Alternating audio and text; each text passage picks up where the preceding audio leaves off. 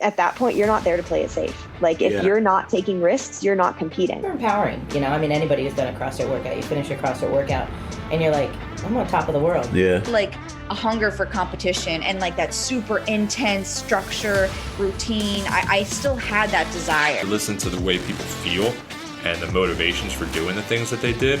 It was like they were describing me to a T. I'm not trying to solve everything for you, but I know that sometimes you just need somebody to listen. Learned the most is how to fill my cup by filling others. Welcome to the Hungry Dog Barbell Podcast. Join me as I talk with passionate people about their life's failures and successes, and most importantly, what keeps them hungry for more.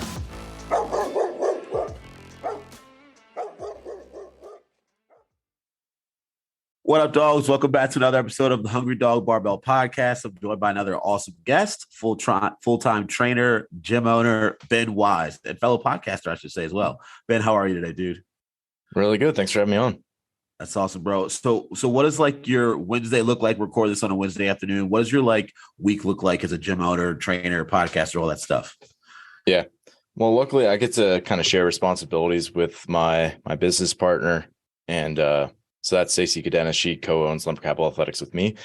Also, so luckily I don't have this like crazy workload of, like classes that I got to take on, or like, we get to kind of split a lot of the responsibilities. So I got to give her credit there where it's due. But thankfully, we can kind of like focus on our strengths, and that allows us to kind of also not be as chaotic with like, because there's just like a lot to do. Like, like working at a gym, like it's a lot. So thankfully, like we get to split that stuff. But, for like me, like a typical week, I have like a lot of like the business, like to do stuff that is like, I sort of like think about it as like on like a weekly recurring basis that I try to like check off all these different items that I got, like, programming I do on like a weekly basis, for example. So like, there's all that kind of stuff. So awesome. There's a lot of like business things that I typically try to do in the front half of the week. And then more of like program design for athletes, the gym, and like creative stuff I try to push towards like Wednesday through Friday more so. Yeah. Cause do you do social media stuff up there? Like, how do you guys handle that? Yeah. We both will pop on, but I am primarily in charge of that. Yeah. Yeah. That's dope. So Lumber Capital, where is that exactly? Is it in Williamsport? Williamsport. Yep. Okay. Awesome. Like, I'm not super great, especially with towns up by the Poconos. So that was a little bit of a long shot right there. Ben, are you from that area? How'd you get up there? I'm not. I'm a transplant. My wife's from here. She grew up here, and we met in college.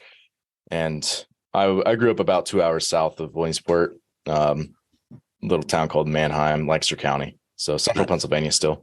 Oh, nice. Oh, so you're a little bit used to that area. What was Little Ben like? Did you play sports growing up? When did you get like athletic? Yeah. I mean, I've definitely always played sports that, like Pee-wee stuff and like all the way up through.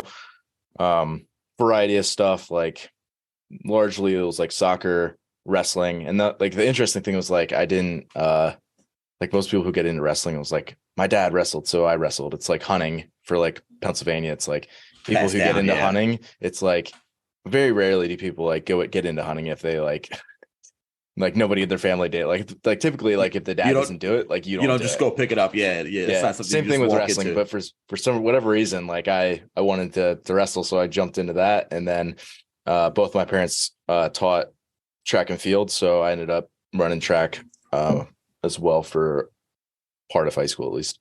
Yeah. Ooh. They say that track's the only real sport out there because there's like nothing else between you and that like athletic, like glory out there. It's just you. There's no ball. Ball doesn't lie like when you're out on the track.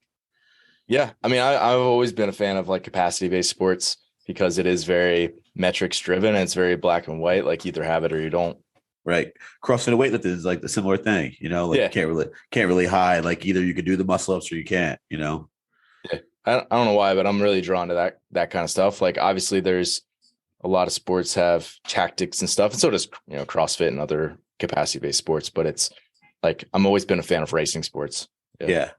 So was athletics not a big passion for you back then? Like when I asked the question, you were like, I did the sports, but I didn't love it too much. I mean, I don't know. Passion's like a funny thing because like, I don't know, I know people who are super passionate and they're not super committed to something.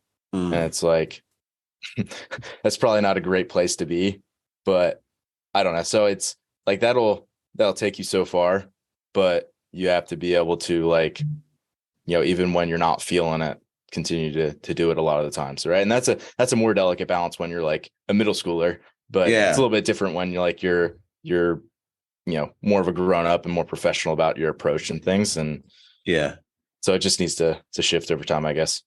That's deep, dude. So are you like a commitment and like there's like that saying, what is it? Like discipline will win out when like motivation fails. Like, are you like that kind of person? Are you more of a disciplined person over motivation? I mean, I think both are super important. Like, I think everybody thinks of motivation and they think of like this fleeting thing that like someone like looks in the mirror and they get super motivated to go to the gym the next morning or something, or they listen to like a YouTube video and they're like, all right, I want to go to the gym. It's like, like David Goggins, that kind of vibe. Yeah. Like, I think the people who are most motivated, it's a sustained motivation. It's not like something that just like comes and goes, like, oh, today I don't feel super motivated. Like my people who are in here and like really committed, and like they're the people that other athletes sort of look up to, and they're like seeing really good results and progress. Like they have sustained motivation, right? And discipline obviously like dovetails in with that. And they're both, equally sort of important in my mind, maybe in different aspects, but yeah, I think they're both super important. Yeah, for sure. You can't get to the success without both of those, like a good mix of both of them. So where was like high school been at? Like, what do you want to do with your life? Did you go to college like with a specific goal in mind? Like, what do you want to do? Yeah, I wanted to be a health and phys ed teacher. So where'd that come from? Like, you said your parents, they both talk track field. Okay. Yeah. So both my parents were coaches, and still are. And, like my mom was a health and phys ed teacher. My dad was an art teacher for 35 years. Ooh. So like they were both career long teachers. And my mom just took a short break when she was raising us kids. But, so like, that's definitely like what I had exposure to. And not only did I have like exposure to it, and like, that was like sort of what it, kind of pushed me that way. Not that they ever pushed me to be teachers, but, a teacher, but it was like, I'm still bent that direction. Like, coaching is teaching, basically. It's just like in a different setting. So it's the same thing. But I went to college, studied health and phys ed, and then taught for 2 years. And then I was like, basically like not really cut out to like, again, I felt led to teach, but not in that setting, right? Not like in the traditional like public school setting. It's just like, for me, it wasn't going to be sustainable over a course of a career. And I knew that. And moving up to Williamsport, it was like an opportunity to kind of restart. So I actually started coaching full time at a CrossFit gym then. And that was like sort of when I kind of changed gears a little bit. Shifted over like what you focus on and stuff like that. What school, like age wise, were you teaching in for those 2 years? Yeah. So I taught at a school in downtown Harrisburg, and it was juniors and seniors that I had. It was health and lifelong fitness. The interesting thing about that class in particular was that we didn't have a gymnasium because we were literally downtown Harrisburg. So it was like not a lot of space. So we had a contract with a gym in Strawberry Square, which is just like a little like mall in like downtown Harrisburg. And like we would literally go over there and like I would teach them how to lift and like how to put programs together. And like the whole idea was like by the time they like graduated, because I was dealing with seniors, that they would be able to go to school or wherever they were going after high school and be able to like construct a fitness program for themselves. That was really the goal of it. That's dope. I live out in like the Souderton area, Pennsylvania, and the gym teacher there is a CrossFit coach, CrossFit gym owner as well, CrossFit Apex. And they do a program over there where one part they do like a mini CrossFit games for the kids, like the end of the school year for the gym class. The kids that take like the strength and conditioning class, I think, as an elective. And then another part in the health class, they do the NASM program. So the kids take that like as the curriculum. And so they could graduate high school with their first personal training cert, and that's like a $1,200 cert, they could go like onto and do the same things that you're doing, like an exercise science degree, people pursuing that path. So it's really cool to like see that in like high schools and stuff. Were you already CrossFitted at that point? Like, what was your lifting and working out like when you were teaching these kids how to do like the program designs? Like, what kind of programs were they doing? Was it based off what you were doing? So to this day, like even when I program CrossFit, it's like, it's not like it's all Metcons or like traditional CrossFit as much. Like Right. I kind of take of it like more of a, like, it's just reps and time and like how quickly you're doing it. And like that, like, I think more about work and rest and the patterns that someone's doing than, you know, whether it's CrossFit or not, because you can probably define anything however you want. But at that point, yeah, I mean, I had started CrossFit like towards like the tail end of my college athletic career. I was sort of like CrossFitting in like off season for wrestling, basically. Nice. So I found it like second half of college. Not that I was doing it in affiliate then. It was just sort of like, you know, YouTubing and doing it in my parents' basement sort of thing. That's the over way. the summers. Yeah. But eventually, yeah, I did join CrossFit 717, just across the river from Harrisburg there. And that was 2017. So that was like maybe 2 or so years after I actually started CrossFitting. So another thing that was actually really interesting, that it was CrossFit 717 is pretty close to Harrisburg. So we actually had a program set up where like once a month we would take all the kids over on one of the city buses, and we would literally go over there and work out for like, you know, basically run them through a CrossFit class. And That's it was some sweet exposure. But no, like in my classes itself, like I didn't like push CrossFit. It was more just like I said, like general good strength training principles. And like, you know, for a lot of them, it was like physique stuff that they wanted to get better at, because like they're high school kids, and like who doesn't? So yeah, just kind of, you know, helping them to figure out what would be the best path forward with that. That's awesome. Did you do like any personal training on the side? Like I know a lot of people have their start in that, like when they're even still a phys ed person, you know, maybe write programs for other people. Yeah. I started doing some coaching.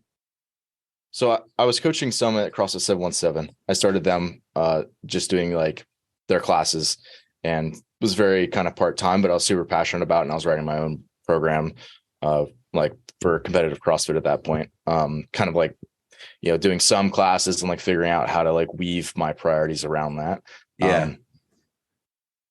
But no, I mean, I've never done a lot of personal training in the very traditional sense, where it's like one-on-one with the person. Like I've done some of that, and I still do some of that. However, I typically try to set it up if someone like comes to me and they want personal training. Like I think that there's a better use of both of our time and probably their money to go into some sort of a hybrid program. And this is probably special cases for this, where somebody moves terribly and they need to have a little bit more, you know, hands-on. Somebody's there, like, you know, can give them real-time feedback. So, but again, if someone's not completely fresh, it's like you can probably figure out some sort of frequency where it's like, okay, why don't we touch base in person together, like a personal training type session, like do that like every 2 weeks or like once a month, where we can kind of check back in and like see how you're doing and how you're moving. And then like the other times, it's like you're educated enough where you can either jump into classes, or you can do this, you know, individual design program that's written for you, and like just make sure you're giving me feedback, and like maybe send me a couple videos of like what this, you know, whatever lift looks like. But like, I feel like if you give most people the autonomy to take on a little bit more, it's usually for the better. Yeah. So dude, when you were like about to leave the school, where was your like mind at? What did you have like anything that was like the final straw to you that you want to make a career change? No, I mean, frankly, I just love fitness and love CrossFit. And there was like, I actually had it pretty good in the high school I was working at. Like my schedule was pretty flexible. Like I didn't have like a bunch of like coverage stuff. Like there wasn't like bus duty or lunch duty or like any of that stuff. Like I had like this office with like all these big windows that like overlooked Market Street in Harrisburg. Like it was a really cool setup. Not to say that there wasn't like certainly challenges that all teachers face, and that, you know, I faced in Harrisburg as well, but it was just clear to me that like, you know, I'm super excited about something else, I guess would be the best way to put it. Yeah. What was the spark that got you so excited about CrossFit? Was it just like you loved being there so much every day, or was there any like big thing that hit it for you? I mean, I would even say like the tail end of my wrestling career, like I was much more excited about like training than I was like competing. Wow. And then it was like, but at the same time, like I'm a super competitive person. Like this is actually funny. This got brought up at like our wedding, like our officiant like emailed a bunch of like my groomsmen and was like, what are some qualities in Ben? And they like half of them said that I was competitive. So it's like very clearly like I'm someone who is ultra competitive, and then combine that with like I really enjoy just like strength conditioning and training and like lifting weights and like running and like doing all the stuff that you do in CrossFit. So it's like when you put those two together, it's sort of a no-brainer. Oh yeah, dude. One of my super close friends who goes to CrossFit KOP too, man. Like his wedding was New Year's Eve this year, actually. And all of his groomsmen all told stories about him being competitive, and like everyone there could relate. You know, it was like a semi CrossFit, like athletic wedding, like one of those. We all know that he's super competitive. Like he wants to win at everything. Like if I have a game for the warm up, he is like paying attention during the rules. He wants to crush it. You know, he's one of those dudes. Do you like know when you started to be competitive? Was it always like that when you were a kid? Were you like always ripping and roaring and trying to win, or like did that like build later on in your life? That was as early as I can remember. Yeah. Hell yeah. I actually have like, it's actually on my wall over here, right here in the corner. There are like a bunch of workouts that are written, and they're probably all at least a decade old at this point, like little note cards and stuff. But one of them is like, it has like push-ups, sit-ups, lunges, and it has like all these little tally marks. It's like from like when I was in like 5th grade. Just like literally I would like do like 100 push-ups a night before I would get in like the shower after like coming home from like track practice or whatever in like middle school. It's like I don't know a lot of kids that do that, but like, and it wasn't like my parents like told me I needed to do that or anything. Like I just wanted to do it. Just got after it yourself. Yeah. That's so dope, bro. There's a kid in my like teen weightlifting class. He's like that. Like one day I challenged him to do Murph, and he was here the next morning, like super pumped up, ready to go. Dude's he's 14. You know, like every time I show him a new dumbbell move, he goes home and his mom's like, he did like 100 of those last night. Yeah, well, bro, that's a little extra, but it's cool though. You know, he's really dope. Do you like ever find a problem like teaching or trying to show your like one-on-one clients and your competitive athletes how to be competitive? Do they all come like that already, or do you have to like flesh that out with anybody? I would say like if someone's not super competitive, I probably don't push them to be super competitive. Yeah. Like you don't need to be. Like most people are coming to me like, you're an adult, like this is a hobby. Like if you're not super competitive, like, okay, it's not your thing. Like it's fine. Right. And then other people, they are super competitive, and like, obviously I can relate to that. And also it's like, just the conversation is a little bit different. If you're trying to win at something and be the best, it's just a different conversation than like, you know, even just seeing progress, right? Like everybody wants to see progress, whether you're competitive or not, but it's the way you go about it is going to be a little bit different. And like, certainly the conversations you have and like the mentality that you have as you go about your work is going to be a little bit different. So even like for the people who go to compete once in a while at like a local comp, or like, you know, they like to be sort of recreationally competitive. It's even that is very different than someone who's trying to be the best at something. Who has the bigger goals, stuff like that. Yeah, for sure. So, dude, tell me, like, how did Lumber Capital come about? When did you transition to being a co-owner from just a CrossFit coach? What was that journey like? Oh, man. We could be here a while. Yeah, there's a lot that goes into that, obviously. But, you know, really it was just like, if for me, it was like, if I'm not willing to up and move my family and like uproot our life to like move somewhere that has like a good community already established, it's like you have to build it. So there wasn't anything really around here that was, you know, fulfilling the needs of the CrossFitters in the area and other people who are kind of oriented that direction, and certainly not anything for like competitive athletes that was worthwhile, frankly. So yeah, taking the time to figure out, and not just like, it would be one thing if it was like, that was it, right? It was like, hey, I just want to build a facility. And it was kind of the same thing with Stacy. It was like, there was clearly a gap in the area as well. And I feel like that's not super common in 2022 to have that. Like it's definitely not. There's like 6 gyms right in this direct vicinity. When I first started CrossFit, like it was not like that, you know, and they're like 10 plus year too, you know? Mm-hmm. So like, it was kind of unique in that way. Like, we did have a gap, so we tried to fill that up. And like, provide a quality facility for people and good quality coaching, and like, you know, just a place where like it's run by people who are professionals and they want to provide a good service and they want to have people who see good success. And if you can do that and you can commit to doing that over a course of, you know, a decade plus, like you're going to do something special. Hell yeah. So you guys just opened last year? Yeah. October 2022. That's crazy. What's the first year been like? I've been really enjoying it.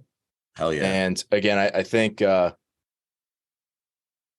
a big part of that is the fact that I can split duties with my business partner, and that I'm not here from 5 a.m. to 7 p.m. like a lot of CrossFit gym owners are when they first open up. So the fact that I can focus on, at least to a degree, like the stuff that I want to, so to speak, in the business. And there's always gonna be stuff that you don't want to do. And that's just part of life and like part of being a business owner and frankly, a human being.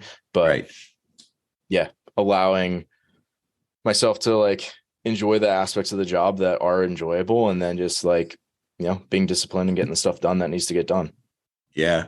Dude, so you just said, like, you just touched on it again, that you're more of the business side of things. Like, have you always been business minded? Where'd you like get those skills from? So I would say Stacey and I are both in charge of the business. I have no business background at all. You know, like I just started coaching people, and eventually I was like, I should probably open an LLC for Zoar Fitness. Oh man, why are we all like that? and then the same thing I did. Yeah. And it's like, well, all right, well, you know, originally it was just like for Zoar, it was like literally like I just started a website and I started like posting like to like the blog and made some videos and stuff, started coaching a few people, and I was just like giving away everything for free. And I was like, I should probably start charging for this. So like, no, it was obviously like with Lumber Capital, like opening a facility, you have to be a lot more strategic than just like, you know, getting your feet wet in coaching. Cause you know, there's a lot more risk, frankly. So you have to kind of be a little bit more diligent to do things right up front. But yeah, I mean, there's still a recalibrating as you go. Yeah, hell yes. I mean, especially the first 5 years for people, like just learning. You're really always learning, but especially when you're doing a business, like you're saying. You just brought it up, man. So tell me about Zoar. What is that? Yeah, so that's my remote coaching business.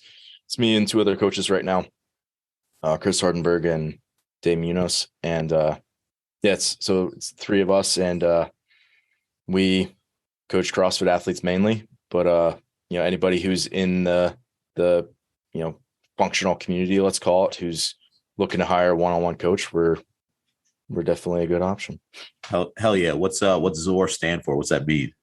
So it's actually a biblical city. So in the book of Genesis, there's this husband and wife and their family, and they're like living in this like evil city, and God says that he's going to destroy the city. And he basically sets their destination, or like their goal essentially, as Zoar, which is a place. So like him and his family are going, and they're instructed to like go to their destination and like don't look back. And it's funny in the story, not really funny, but that the wife actually turns around and looks back at the city and is being destroyed, and she turns into a pillar of salt. So that's sort of like a harsh reminder of like, go towards your goals, like pursue them, like stay the course is what I always say. And like, don't look back, like don't get distracted, like don't, you know, again, like focus on where you're going and like be oriented towards that at all times.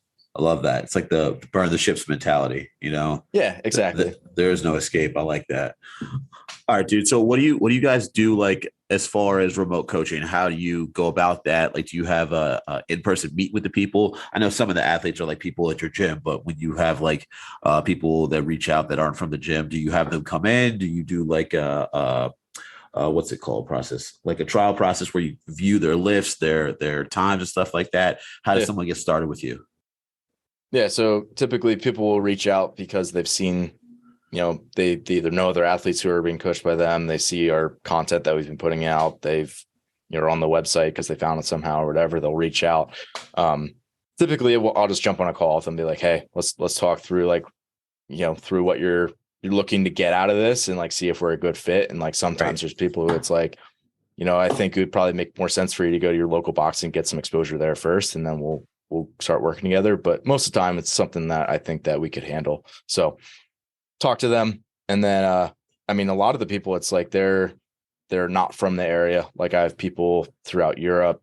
I've had people in Australia and like all, frankly, like probably every continent at this point, except the far north and south. Like it's basically like, I've had people from all over the place. And so like most of the time it's not feasible for someone to come in. So we'll put them through like a movement screen where I'm able to like see basically what their restrictions are. I'll take a look at all their sport movements. So like their CrossFit stuff. So there's different gymnastics movements, their weightlifting stuff, and then like start to put them through a little bit more of like a testing once we actually get into training. Yeah.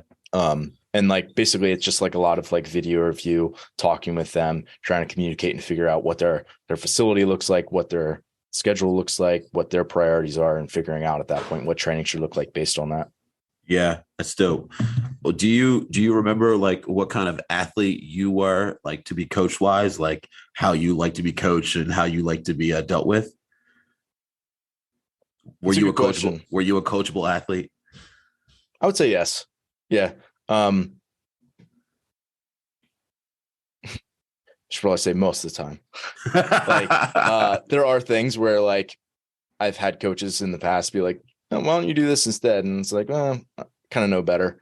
And like maybe that comes back to bite me once in a while, but I also think as somebody in like a fitness profession, you kind of have to have a BS meter as well. Yeah, I would say in general, I am bent a little bit towards like how I like to be coached, where I am just a little bit more like reserved and like more of like, I would call it like non-vocal support, right? Yeah. Like I'm not just like going to be over there like cheering for you during like your qualifier, although like I will like obviously like want your best and like will cheer you on, but it's like at the same time, it's like my job as a coach is to figure out like what you need to be doing to be at your best. And maybe that is cheering for me, but oftentimes it's like saying like, okay, like, figuring out what kind of splits that you need, or like figuring out like if you're making sure like your cameras are working and like basically like playing the role of an agent a little bit. Or again, there's other times where like I'm obviously like if a client has a win, I'm going to celebrate the win with them. There's other times where like, they're going through hard stuff and it's like important that I'm just like there as like support. So it does vary a little bit based on who the person is. Obviously, like you got to meet them where they're at and how they like to be coached. Where there are some people who want way more feedback and want way more communication and just like, it's not that they're like I don't want to say like needy because that's like the wrong word, but like basically they like to communicate in a certain style. And like, I need to match them in that style, where other people they're much better off about just like, okay, I'll give you my feedback. And like, then basically like my response to that is just like building out their training the next week and like, talking to them if there's stuff that pops up as a result of that. So kind of tailoring it to what the athlete needs, plus like trying to be a good, just like a support to them, how they need it. Yeah. Sometimes you just got to be a sounding board, like hear the things they have going on, because they're dealing with outside factors that are going to affect what you're trying to do, So like, the athlete needs to feel like they can trust you, with sometimes more than just like what's going to be in their programming for the week.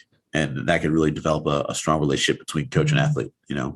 And I think that goes beyond program design, obviously, like coaching, like that's why I don't, like only advertise like, oh, individualized programming on our website. Like, okay, that's a very obvious big part of it. However, it's like coaching goes way beyond that. It's like, you need to be able to communicate with them, figure out how they tick, figure out what's going to motivate them to keep coming back in and like pushing and like seeing good progress and like, all the stuff that goes beyond just the X's and O's. Hell yeah. So dude, something like that I talked to my buddy that's super competitive about is like, and then his wife spoke about, was helping him find things to relax and unwind, because he's like literally always on the go and trying to do stuff. Like what's your downtime look like? How do you like chill out and not think about work or being competitive? I don't ever stop thinking about something. Right? See, I knew it.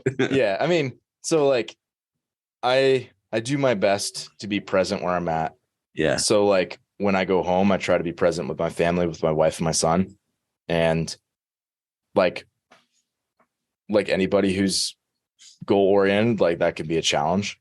And like it's also like the same thing for, anybody who's got like personal stuff going on when they're at work. It's like, you have like, it would be a challenge to just completely shut that out and trying to just be as present as you can with each thing that you go to, like knowing that like most people don't have just like a singular goal in life. Like that's extremely rare. So it's like, I do want to be the best father that I can and the best husband that I can. I also want to be like the best gym owner from like a business perspective, but also like provide the best experience for my athletes and my clients here at the gym. So it's like, in order to show up best in each one of those places, it's just like a matter of like trying at least to block off that to be present in each one of those individually.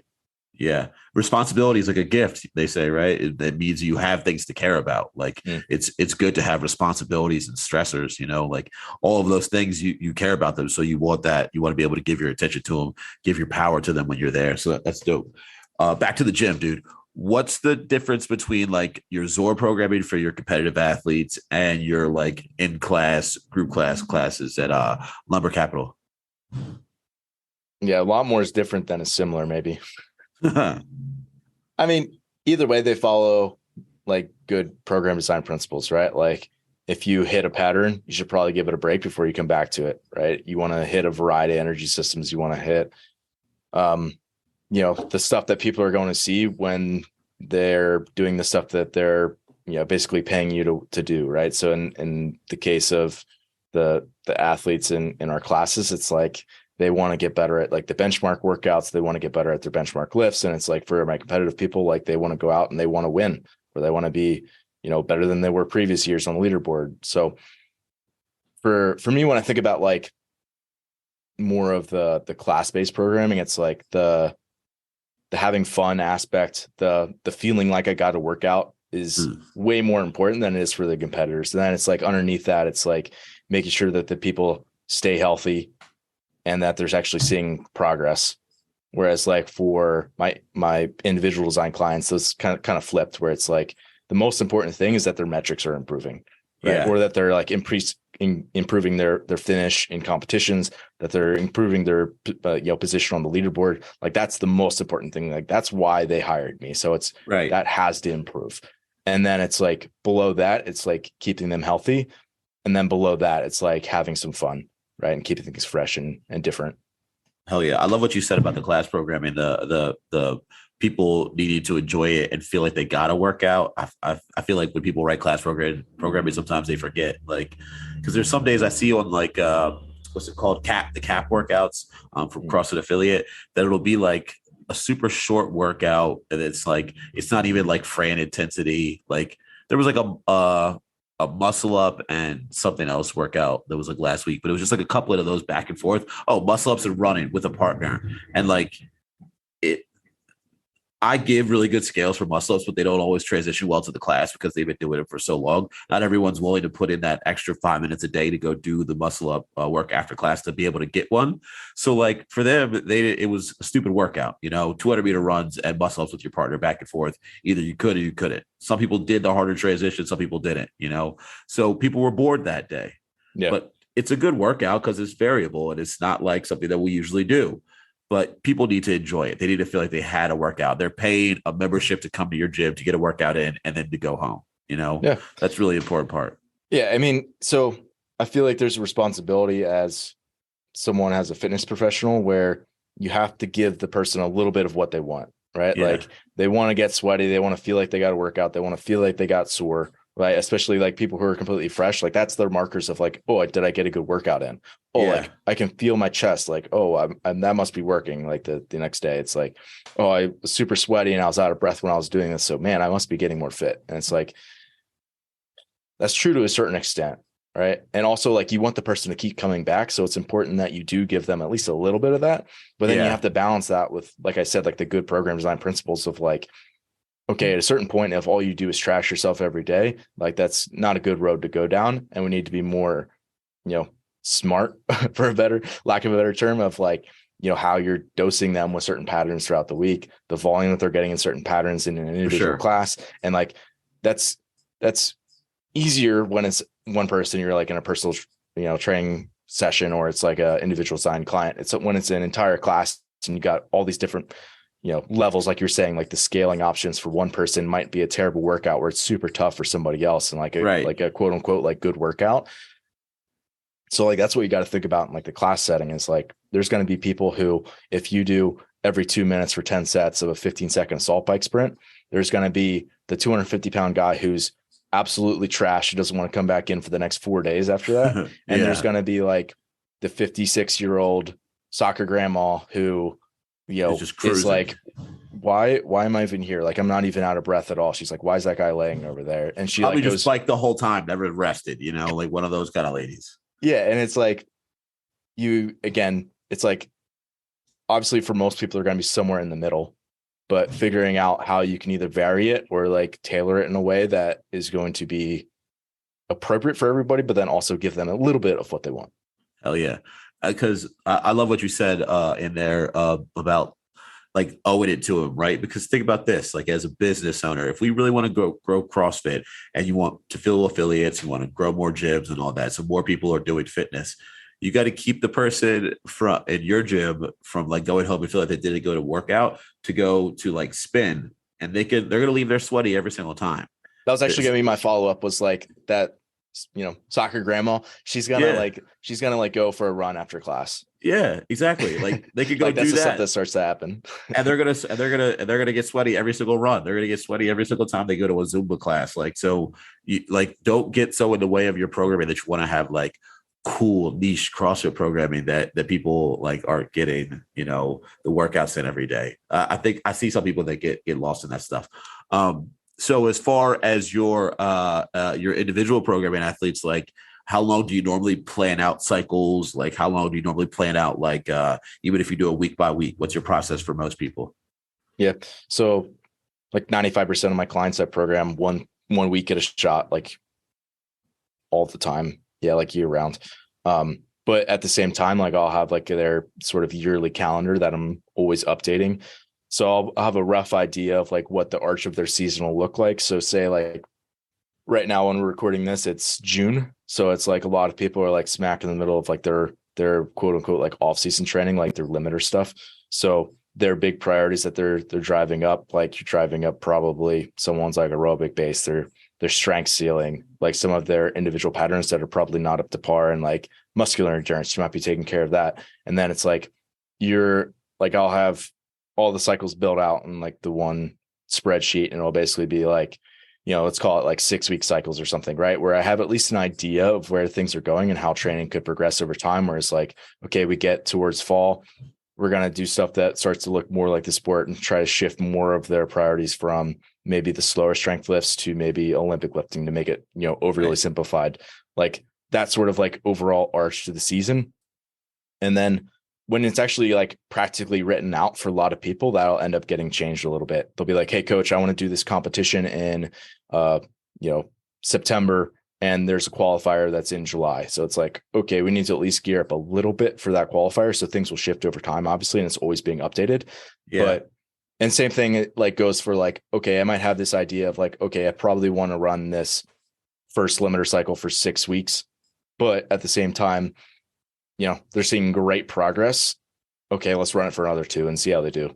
Right. Yeah. And at that point, maybe we deload for a couple of days and jump back into some same priorities, but different formats where it's shifted a little bit. So I have a rough idea of where things go. And then based on the feedback that they're giving me week over week, and since it is such a short feedback loop compared to what a lot of people do for programming, like 4 to 6 weeks blocks out at a time, like it's literally 1 week at a shot, but I make sure to try to keep the same priorities for at least probably 4 weeks at a minimum, maybe 8 weeks at a maximum. And really make sure that you're seeing good change in that. And if not, you need to adjust course anyway. So I feel like it's a little bit different for program design for individuals, especially in CrossFit where there are so many variables that you're trying to, keep in check. But that's kind of the way I run it. Yeah. Hell yeah, dude. I'll tell you what, man, I've had multiple people come to me from like other coaches who would just give them like their programming, however, 4, 6, 8 weeks all at once. And like them not let them like change it at all. Have they done CrossFit? And I'm like, especially the CrossFit ones, like if it's weightlifting, you should kind of be able to like change it on your own. But doing all that stuff, I'm like, dude, so that can't be like individualized programming then. If you just, it's like slapstick and you just give them all to them at once. It's like, well, dude, what if they wake up and they're like have a cold on next Tuesday? Yeah. All the different things. What if like in the middle of it, some qualifier gets announced and they move a date up in the middle of it? Now they're like smacked. They were supposed to heavy back squat that day, which is actually one of the like reasons why I don't program out more than 1 week at a shot, because people are like, hey, coach, I have this vacation in 2 weeks that I didn't tell you about. And it's like, well, if you program out 4 weeks at a shot, like you got to either completely ignore what they're doing and just be a terrible coach, or you're going to reprogram for them. So it's like, not only is it save you a lot of time, but then it's you, like I said, you keep that shorter feedback loop so you can actually tailor your training to what they need.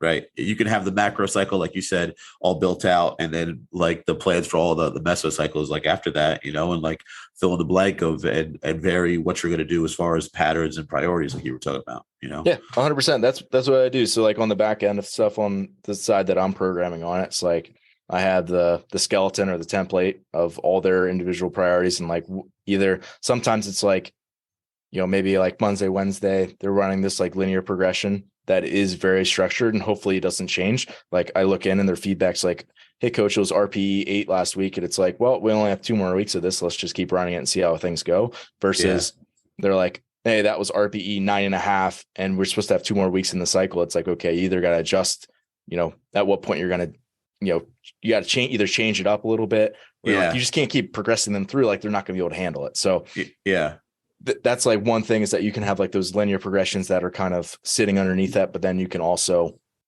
have things that are more varied in the week, and you can kind of keep some like bumpers or like, put it in a sandbox so there you have constraints on it where it's like, okay, I want to have some like sport-based intervals on this, Wednesday PM before they go into the recovery day, because it's going to be more taxing.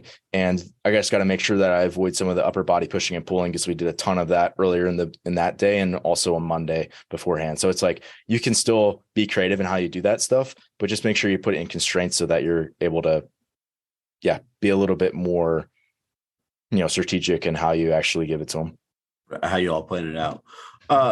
All right, dude. So I want to talk about the podcast now. How'd you get into that? How'd you get into any of the media stuff? When did you start that stuff? So I believe it was 3 years ago now, a little over 3 years ago when I started the podcast. My wife encouraged me to do it, so I'll give her credit to her. But yeah, it was basically just like bought a mic and started talking on my own. And it was all like solo stuff for the first season of the podcast. I think like the first 20 episodes were all individual, and then I started having some guests on, and now it's like, how was that? How was like just talking to yourself like in the very beginning? Oh, super awkward. Yeah, I know, dude. Record those solo episodes. It's like, does anyone want to hear this? Am I talking to myself right now? Things like that. Yeah, I mean, it's still a little awkward. Like people are like, oh, you're in front of the camera a lot, or you're talking a lot. Like, but it does. At least for me, it's definitely gotten less awkward over time. Like it just feels like part of what I do now more so. Like hearing my own voice isn't freaking out as it used to and stuff. Like still not the biggest fan, but like I can tolerate it now. Whereas like even like a lot of guests, so like when I get them like here in the studio, like they put the headphones on, they can get some feedback, and they're like, whoa, okay. I was like, I'll turn that down a little, like for you. not quite used to hearing your own voice. Right. In that kind of quality too. It's funny. Do you do the editing for the podcast? I do. So what's it like when you have to go put the headphones in and like re-edit at the after the episodes? Yeah. I mean, that like initially that was always like the worst, was like hearing yourself and like all of your mistakes that you make, and like all the ums, like anything like that, Yeah, totally. So again, I kind of listen back to everything like as I'm editing it, not only for like, obviously the quality of the audio, but like especially for like a lot of the interviews that I do, like I basically am just re-listening to what the guest actually had to say. And I kind of use it as like a note-taking opportunity, even if it's just sort of like mental notes. Yeah. Yeah. Put for the show notes and all that stuff. So is that like work to you, or do you feel like that's like where you can kind of unwind? Or does that feel like more of the job? That usually feels like work. Yeah. Work. Yeah. Yeah. I don't mind doing it. Like I don't feel the need right now. That could easily change in the future, but I don't feel the need to outsource that right now. Because I'm fairly efficient at it and I don't really mind it, but I would be lying if I said it didn't feel like work most of the time. Yeah, it's tough, dude. I mean, editing, like you having to reach out to people, having the conversations. It's time consuming too, as well as hard. Yeah, You know, for sure. yeah, but it's a good time. So, dude, what's next? What are you hungry for? What's the next goal? Well, right now it's about noon, so I could probably go for some like Wegman sushi or something. I mean, I would say I'm super excited for doubling down on what we're already doing here. Like things are going well, and like I just want to continue to see progress from our members, right? Continue to get them to see results, continuing to work with my individual design clients to get them to the highest level of their potential, right? That's sort of what jazzes me up as a coach, is like seeing people get to their potential. And like, I want to be a great example for my son and continue to raise him to the best of my ability. And, you know, figuring out what it means to be a father who's also a business owner, and, you know, being there for my wife and my son, and so trying to support the family while also supporting the people who can, you know, have needs here at the gym, and figuring out how to balance all that, and not just balance it all, but like thrive in that and like push everybody to be at their best. That's exciting to me. Oh yeah, keep all the cups full, you know, keep maximizing it, everything. That's dope. Yeah. And at a certain point, like you're going to have to hand off stuff, and I'm aware of that. And there's some things that I'm, you know, outsourcing already, but like figuring out like what things I do want to hold on to, what things I care about, and what things I'm okay letting go of. And are you good at that? Are you good at handing off the jobs and letting someone else do it? Of course not.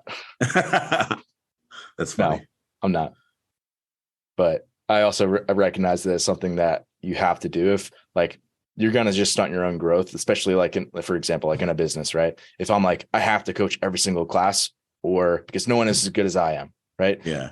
Not saying that's true, but even if that was true, it's like, that's not going to be the way that you're growing your business. Yeah. Like if you're only ever working in your business, you can never work on your business. So it's like, right. You have to figure out, without like micromanaging. I feel like you have to micromanage every single detail of like your business. It's like, it's going to be a long career doing things that way. If you start a business and you have to be there all the time and you can't work on it, like you said, then like at what cost? You know, what cost did you start that for? What's it going to do for you?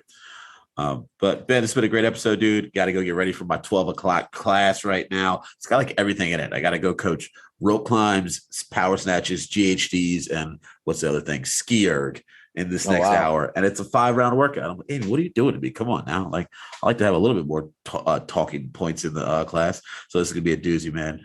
Wish me luck, bro. It's been a great episode. Guys, go check out Ben. Go check them out. Zoar Fitness. Is that the name of your program aid on Instagram? You got it. So we're fitness. And then Lumber Capital on Instagram as well. Go check them all out. Check the podcast out. Ben, thanks for coming on. Thank you. I appreciate it. Adios, bro.